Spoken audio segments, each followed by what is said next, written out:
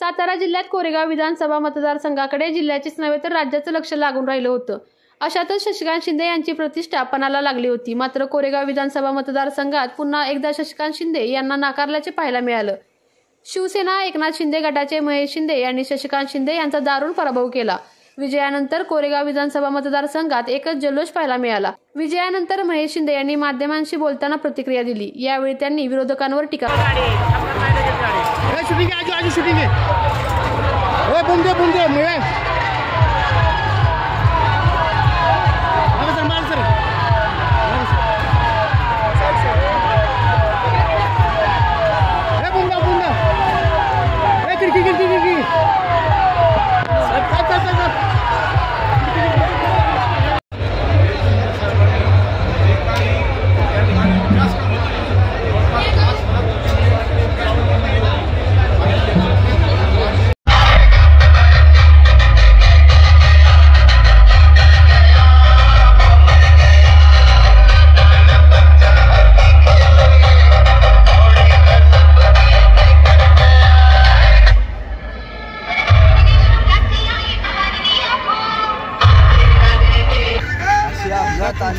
त्यांच्या आयुष्यात घडू आणि ही तर आत्ता सुरुवात आहे।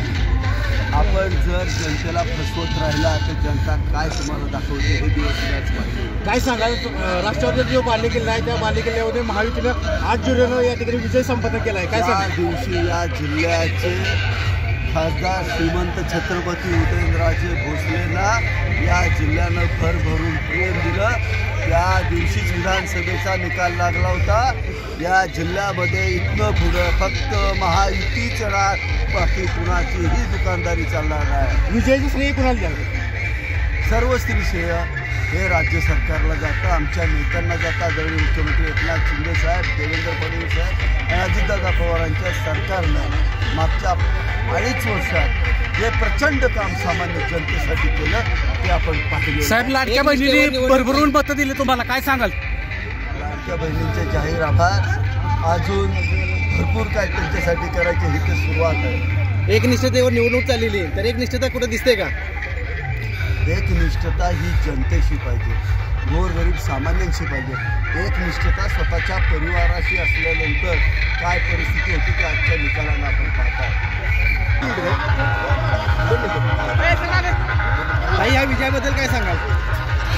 2019 पासून कोरोनामध्ये एक सेवाभावी वृत्तीनं केलेलं कोरोनाचं काम आणि त्यानंतर 5,740 कोटींचा कोरोना भविष्यातील असा निधी जे काम गेल्या 40 वर्षात कोरेगावात झालेलं नव्हतं हे आमदार साहेबांनी एखाद्या स्वप्नाप्रमाणे करून दाखवलेलं आहे।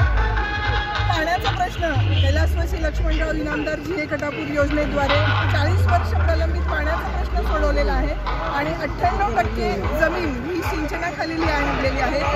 19ला दिलेला एक आणि एक शब्द पाळण्यासाठी त्यांनी अहोरात्र, दिवसाची रात्र आणि रात्रीचा दिवस करून काम केलेलं आहे आणि जनतेचा संपर्क आणि जनतेचे अफाट प्रेम त्यामुळे हा विजय शक्य आहे।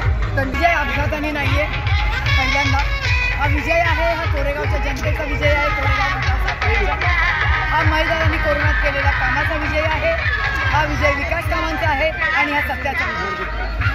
काय सांगाल साहेब, ताई, लाडक्या बहिणीचा पेट आहे तो पडलाय का? काय 100% लाडक्या बहिणीचा आज साहेबांनी दुसऱ्यांदा आमदार या ठिकाणी विजय संपादन केलं, त्याचं श्रेय कुणाला द्यावं? त्याचं श्रेय कोरेगाव खटा साताऱ्याच्या पूर्ण जनतेला द्यावं।